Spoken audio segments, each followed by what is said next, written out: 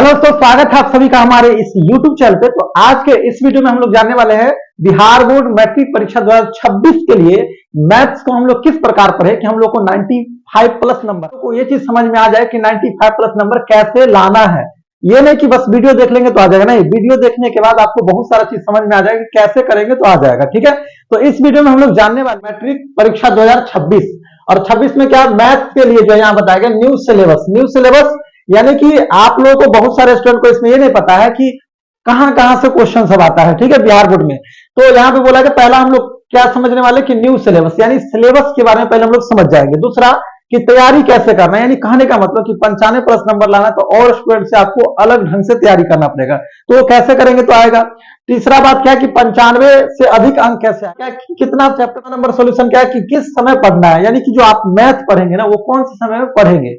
Last point कैसे कि PYQ कब रिवाइज करें, यानी कि प्रीवियस ईयर का जो क्वेश्चन दिया गया है उस क्वेश्चन को हम लोग कब रिवाइज, पीछे क्वेश्चन पूछा गया बिहार बोर्ड में उससे लगभग 70 से 80% क्वेश्चन हर एक साल पूछा जाता है, यानी रिपीट किया जाता है। ठीक है, तो इसी सब के बारे में हम लोग इस वीडियो में देखने वाले हैं। तो आप लोग बस इस वीडियो को अच्छे से देख लीजिए पूरा, फिर आपको बहुत सारा चीज समझ में आ जाए कि 95 से प्लस नंबर कैसे लाए।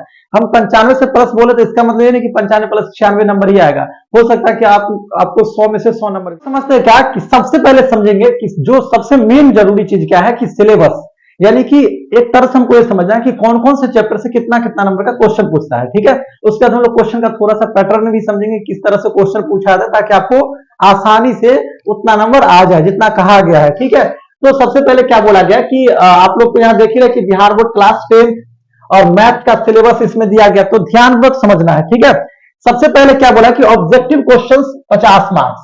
आप लोगों को पता होना चाहिए कि बिहार बोर्ड में ना प्रत्येक वर्ष यानी 2021 से जो है स्टार्ट किया कितना 100 ऑब्जेक्टिव क्वेश्चन पूछा जाता है। कितना क्वेश्चन ऑब्जेक्टिव 100 ऑब्जेक्टिव पूछा जाता है, उसमें से बनाना कितना है तो कोई भी 50 क्वेश्चन को सॉल्व कर देना है। ठीक है, इसलिए ना बोला है कि बहुत आसान है। उसके बाद सबसे पहले अब हम ये तो समझ में आ गया कि कितना ऑब्जेक्टिव पूछेगा 100, उसमें से बनाना कितना केवल और केवल 50। बिहार बोर्ड में आता है तो वास्तविक संख्या, बहुपद, दो चर वाला रैखिक समीकरण, द्विघात समीकरण, आप लोग यानी कहे तो 1 से लेकर 4 चैप्टर। ठीक है, 1 से लेकर के और 4 चैप्टर, ये चैप्टर को आप सीधे सीधे बोल सकते कि पूरा अलजेब्रा का क्वेश्चन इसमें आएगा। ठीक है, अलजेब्रा का क्वेश्चन वही वास्तविक संख्या, परिमेय, अपरिमेय संख्या, विवेचक, ठीक है, और दो चर वाला रैखिक समीकरण जैसा बताया है। तो इसी टाइप से बहुपद के क्वेश्चन सब आएंगे। तो कई सारा ऑब्जेक्टिव रहेगा जो बहुत हल्का भी रहता है और कुछ कुछ क्वेश्चन थोड़ा मोड़ा हार्ड भी रहता है। ठीक है, तो हम लोगों को तो पता है कि डबल क्वेश्चन आता है, यानी 50 बनाना तो 100 क्वेश्चन आता है, तो वो आराम से बन जाएगा। तो हम सीधे सीधे कहे आप लोगों को तो इस 4 चैप्टर से लगभग जो ऑब्जेक्टिव पूछा जाता है प्रत्येक वर्ष वो 25 से 30 ऑब्जेक्टिव रहता है। ठीक है, कितना 25 से 30 ऑब्जेक्टिव, समझ में आ गया आप लोग को। तो अभी आप लोग को यह भी देखना है कि कौन से कितना भाग से, मैथ के किस भाग से कितना ज्यादा ऑब्जेक्टिव पूछता है। हम किस भाग को छोड़ भी देंगे फिर भी चलेगा और किस भाग को अच्छे से पढ़ लेंगे तो हमको अच्छे से नंबर आ जाएगा। तो ये समझ में आ गया कि ये जो 4 चैप्टर है इससे कुल कितना ऑब्जेक्टिव आता है, लगभग 25 से 30 ऑब्जेक्टिव। समझ में आ गया। नंबर चैप्टर बोला गया अर्थमेटिक प्रोग्रेशन, यानी कि समांतर श्रेणी के बारे में आप लोग तो सुने होंगे, एपी जिसको हम लोग बोलते हैं। एपी भी बहुत इंपॉर्टेंट, ये पढ़ना है और बहुत इजी है। तो एपी से लगभग जो है प्रत्येक वर्ष 7 से 10 क्वेश्चन पूछा जाता है। ठीक है, कितना 7 से 10 क्वेश्चन ऑब्जेक्टिव में। अब हम ये जो बोले 7 से 10, इसका मतलब नहीं कि 7 या 10 पूछा जाएगा, नहीं, हो सकता है कि 6 भी पूछते, हो सकता है 8 या 9 भी पूछते। समझ में आ रहा है। तो इसी के आसपास जो क्वेश्चन पूछा जाता है ऑब्जेक्टिव का, तो बहुत हल्का हल्का ऑब्जेक्टिव इसमें रहता है।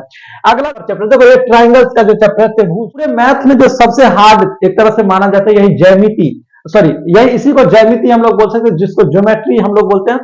तो इसको जो बुक में दिया गया क्या नाम, ट्राइंगल्स त्रिभुज चैप्टर। तो इससे देखो, इससे कुछ ऑब्जेक्टिव जो है लगभग कितना बोला गया 5 से 7, 5 से 7 में भी जो है दो ऑब्जेक्टिव या 3 ऑब्जेक्टिव ऐसा रहता है कि कॉमन, ये आप यदि उसको रट लिए तो उसी टाइप का क्वेश्चन हमेशा पूछा जाता है। ठीक है, जैसे क्वेश्चन में एक आता है कि सभी वर्ग क्या होता है, तो समरूप, तो ये तो आराम से नॉर्मली याद करने वाला चीज है। तो इसमें आप लोग को क्या करना है कि 2-3 ऑब्जेक्टिव ऐसे याद कर लीजिएगा तो हो जाएगा।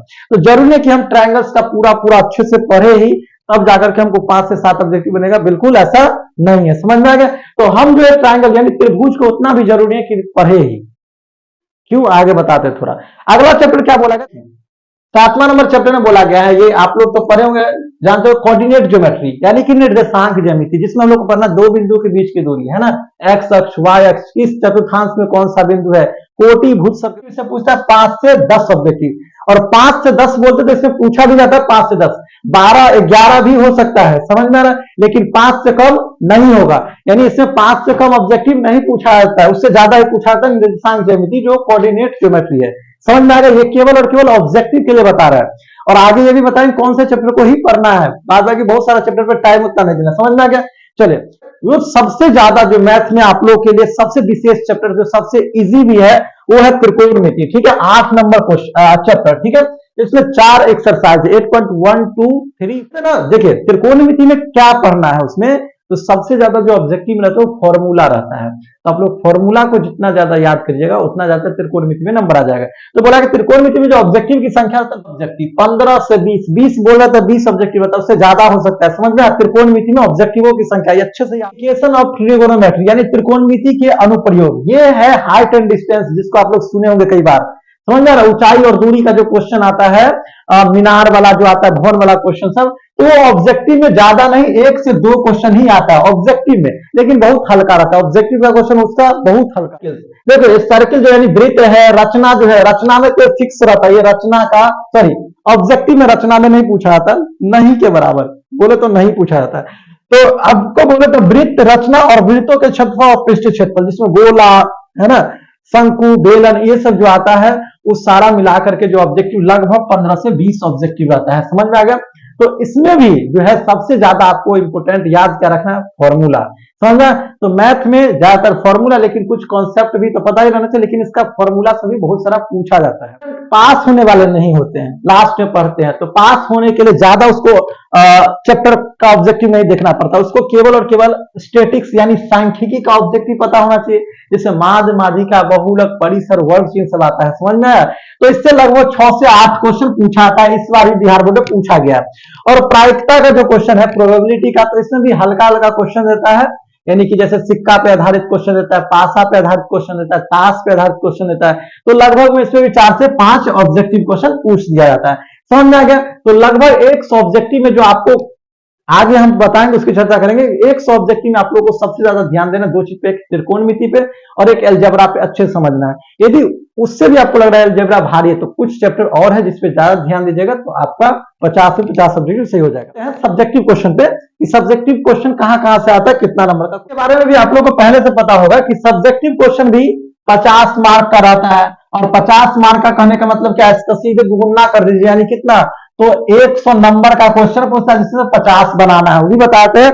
और इसमें क्या रहता है, तो थोड़ा सा हम इसकी चर्चा करते हैं आप लोगों के सामने, थोड़ा ध्यान समझना है। देखिए इसमें जो है ना सब्जेक्टिव जो 50 नंबर का पूछता है, उस 50 नंबर में से 30 क्वेश्चन जो देता है वो 2 मार्क वाला देता है, ठीक है, 2 मार्क्स का क्वेश्चन देता है, 30 क्वेश्चन, जिसमें से आपको बनाना कितना रहता है, तो केवल और केवल 15 बनाना रहता है। समझ में आ गया। उसके बाद 5 नंबर वाला जो क्वेश्चन है, तो वो 8 क्वेश्चन आता है, कितना नंबर वाला, 5 मार्क्स वाला क्वेश्चन 8 रहता है, उसमें से बनाना कितना आता है, केवल और केवल 4, इसमें भी फिक्स क्वेश्चन आता है। यदि आप 20 क्वेश्चन 5 नंबर का यदि आप अच्छे से रिवीजन कर लिए ना, तो आपको 4 क्वेश्चन उसमें से अच्छे से बन जाएगा। समझ में आ गया। तो सब धीरे धीरे होगा, ऐसे नहीं कि आप केवल और केवल गेस क्वेश्चन पे जाइएगा तो फिर 100 में 100 95 प्लस नंबर नहीं आ पाएगा, तो थोड़ा मोड़ा आपको पढ़ना पड़ेगा। ये समझ में आ गया। तो हम लोग समझते हैं इसमें क्वेश्चन कहां से ज्यादा क्वेश्चन क्या बोला गया। देखिए पहला जो आप लोग को बताया था कि ये जो 4 चैप्टर है, ये 4 चैप्टर जो मिला करके है यहां तक, इस चारों चैप्टर मिलाकर के 24 से 28 नंबर का क्वेश्चन पूछता है, जिसमें से लगभग तो समझिए कि 1 से 2 क्वेश्चन के आसपास आपको 5 नंबरी में पूछता है, बाद बाकी जो आप लोग को 2 नंबर का क्वेश्चन पूछता है। समझ में आ रहा है मेरा बात। तो अलजेब्रा से भी बहुत नंबर का क्वेश्चन आता है, और एक चीज बताया, तो अलजेब्रा से 80% क्वेश्चन हल्का रहता है, इजी रहता है। समझ में आ रहा है। जो 20% क्वेश्चन थोड़ा सा रहता है जो बहुत सारे स्टूडेंट से नहीं बन पाता है, लेकिन 80% बन जाएगा। इससे तो और कुछ चैप्टर सबका क्वेश्चन आता है ना, तो सब बना लेंगे। अर्थमेटिक प्रोग्रेशन, यानी ये जो एपी है ना, इस एपी से यानी समांतर श्रेणी से सब्जेक्टिव में 4 से 6 नंबर का क्वेश्चन पूछता है। कितना, 4 से 6 नंबर का। तो देखिए जब से जो ऑब्जेक्टिव वाला पैटर्न आया है कि 50 ऑब्जेक्टिव बनाना, उस समय से 5 नंबर में जो है एपी का क्वेश्चन लगभग नहीं पूछा जाता, 2 नंबर का ही पूछा जाता है। यानी 4 से 6 नंबर, यानी 2 से 3 क्वेश्चन जो है आप लोगों को एपी में क्वेश्चन पूछा जाता है 2 नंबर वाला। समझ में आ गया।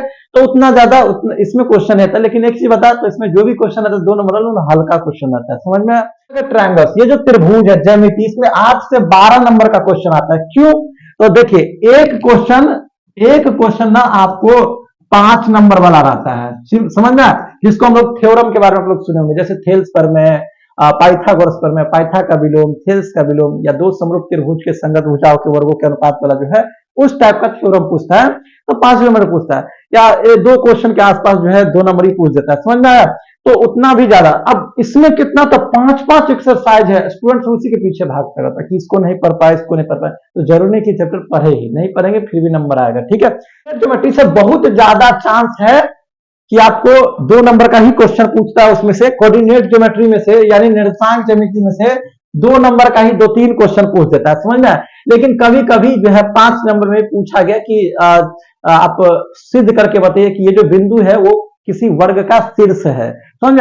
तो 5 नंबर का कभी रेयर केस में पूछा था, नहीं तो नहीं पूछा था, तो 2 नंबर यानी 4 से 6 नंबर के आसपास इससे भी क्वेश्चन आता है, किससे, कोऑर्डिनेट ज्योमेट्री से, जिसमें आप लोग पढ़े दो बिंदु के बीच की दूरी निकालना, ठीक है।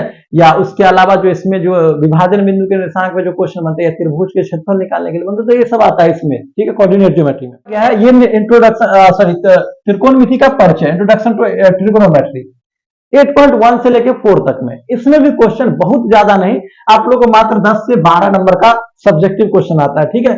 लेकिन यदि 5 नंबर का सब्जेक्टिव पूछ दिया तो थोड़ा सा बढ़ जाता है, लेकिन फिर भी जो आप बोलेंगे 10 से 12 नंबर से ज्यादा क्वेश्चन नहीं पूछता है।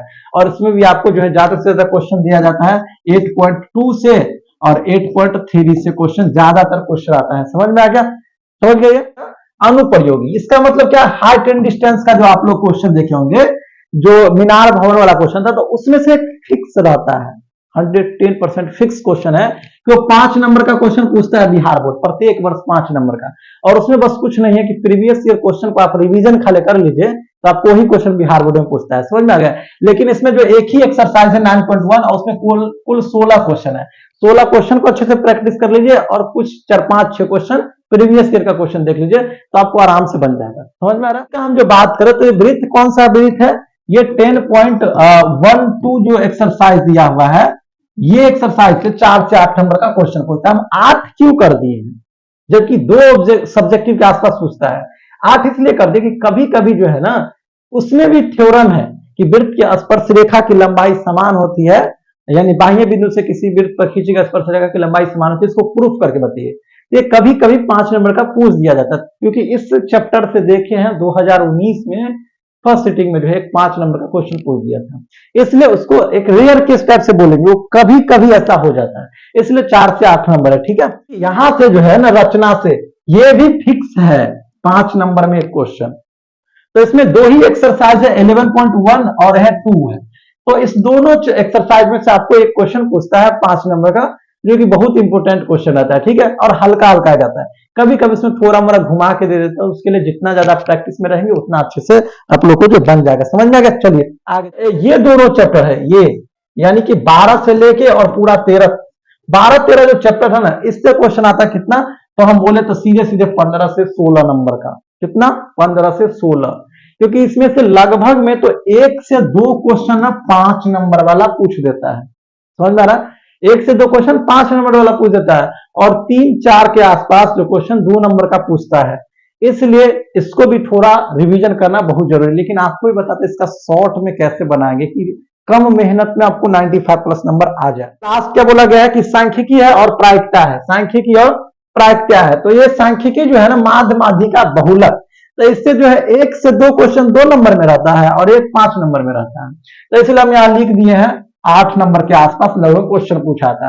और ये बहुत हल्का है और फायदेमंद है, क्योंकि हल्का क्वेश्चन पूछा जाता है, नंबर 5 नंबर में पूछ देता है, इसलिए इसको भी अच्छे से समझना बहुत जरूरी। प्रायिकता जो है, प्रायिकता में क्या है, वो 5 नंबर वाला क्वेश्चन नहीं पूछता है, उसमें पूछा आता 2 नंबर वाला क्वेश्चन, तो हो सकता है आपसे 1 क्वेश्चन पूछिए 2 क्वेश्चन ज्यादा पूछ दे, ठीक है।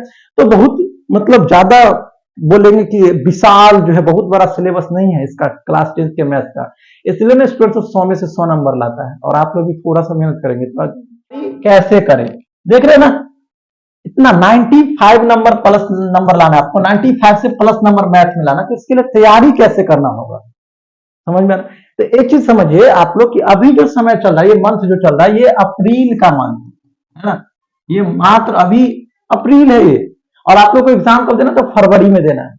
तो आप ये सोच करके मत मैथ बनाना है कि हम जो है जनवरी तक मैथ को खत्म कर देंगे, एनसीईआरटी मैथ को, उसके बाद रिवीजन करेंगे उसका या क्वेश्चन बैंक बनाएंगे तो हमारा 90 से 95 से प्लस नंबर आ जाएगा। बिल्कुल नहीं, अभी से ज्यादा नहीं, थोड़ा थोड़ा इसमें पढ़ना पड़ेगा। क्या पढ़ना पड़ेगा देखिए, पहला पॉइंट क्या बोला गया, तो सभी चैप्टर से संबंधित सूत्र को लिखकर अभ्यास करें। सबसे ज्यादा महत्वपूर्ण क्या है कि जितना सारा चैप्टर हो सब चैप्टर का जो है सूत्र लिख करके याद कीजिए। तो देखिए आप लोग कहीं पे है जो है ऑफलाइन में आप लोग जो है कोचिंग पढ़ते होंगे ना,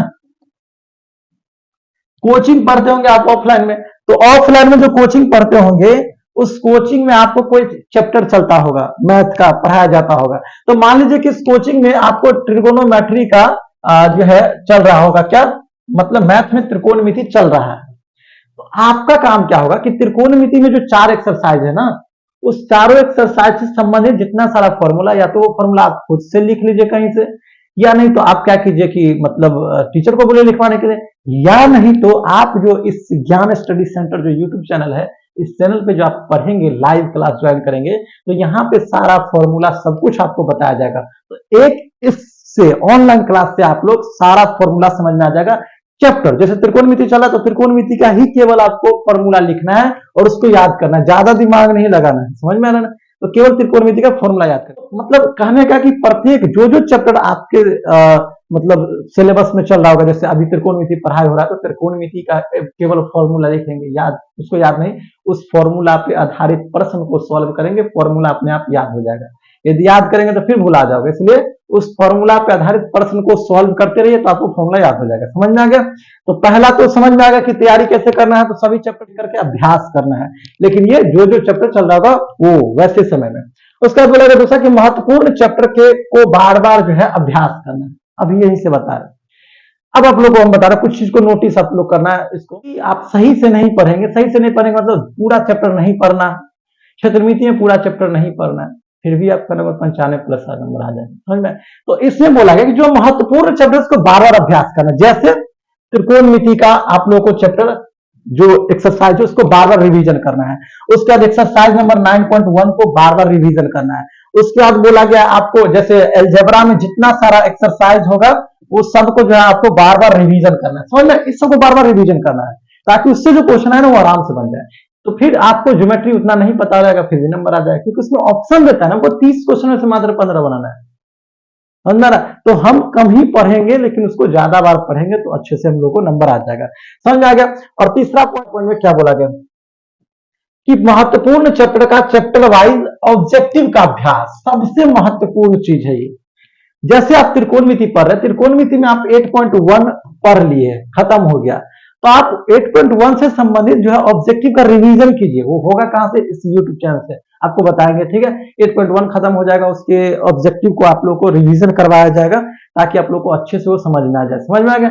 तो बार बार हम क्या बोले कि उस चैप्टर के ऑब्जेक्टिव को रिवीजन करना जो आप खत्म कर चुके हैं, ये नहीं कि लास्ट में करेंगे। तो इससे क्या होगा कि आपका ऑब्जेक्टिव सब्जेक्ट का साथ साथ उसमें क्या होगा, तो रिवीजन होते जाएगा। ठीक है, तो ये 3 क्वेश्चन समझ में, तैयारी कैसे करना है। अगर ये बोला गया कि किस समय और कितना पढ़ना है ना, किस समय और कितना पढ़ना, बहुत हल्का क्वेश्चन है तो थोड़ा इसे समझना ध्यान।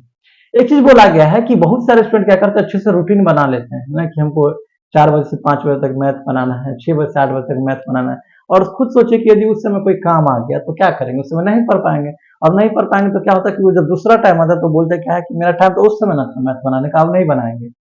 तो इसलिए जो है वो रूटीन फॉलो नहीं हो पाता। तो आप लोगों को क्या करना है, यानी हम लोगों को क्या करना पड़ेगा, जितने सारे स्टूडेंट हैं उन लोगों को, कि आप ये जो समय है ना गणित पढ़ने का, मैथ पढ़ने का जो समय है वो आप किसी भी समय पढ़ सकते हैं। बहुत सारे लोग बोलते हैं मैथ को दिन में पढ़िए, रात में नहीं, दिन में पढ़ो, किसी भी टाइम आप बना सकते हैं, आप पे डिपेंड करता है। और बोला कितना पढ़ना है, कितना देर पढ़ लेना है। तो देखिए मुश्किल से मेरे हिसाब से हमको लग रहा है कि सबसे पहला काम करना है कि जितना सारा आपको होमवर्क मिलता है मैथ में, है ना, उस होमवर्क को सबसे पहले बनाइए। और हमको लग रहा है कि अभी आप 10th में पहुंच गए हैं तो होमवर्क जितना मिलता होगा या जितना मिलना चाहिए, तो कम से कम होमवर्क 1 घंटा का, 1 घंटा से कम का नहीं रहता होगा होमवर्क, तो आराम से 1 घंटा में होमवर्क कंप्लीट कीजिए। या जरूरी कि 1 घंटा नहीं कंप्लीट कर, आप जल्दी भी कर सकते हैं, तो दूसरा चीज बनाएंगे। तो उसके बाद जो आप क्या कीजिए, होमवर्क कंप्लीट करने के बाद आप कोशिश कीजिए कि डेली एक एक्सरसाइज हाँ, नहीं तो एक एक्सरसाइज नहीं होता है। तो मुश्किल से हमको लग रहा है 10 से 12 क्वेश्चन, इतना ही 10 से 12 क्वेश्चन के आसपास क्या कीजिए कि जो आप पढ़ लिए एक्सरसाइज उसके जस्ट पीछे वाला को रिवीजन कीजिए। 10 से 12 मात्र क्वेश्चन, तो आपका पीछे का पूरा प्रैक्टिस रहेगा। तो ना, तो मैथ में ये दोनों चीज करना है कि प्रैक्टिस पीछे से करते रहना, दूसरा कि हमको होमवर्क जो भी मिला है उसको कंप्लीट करना है।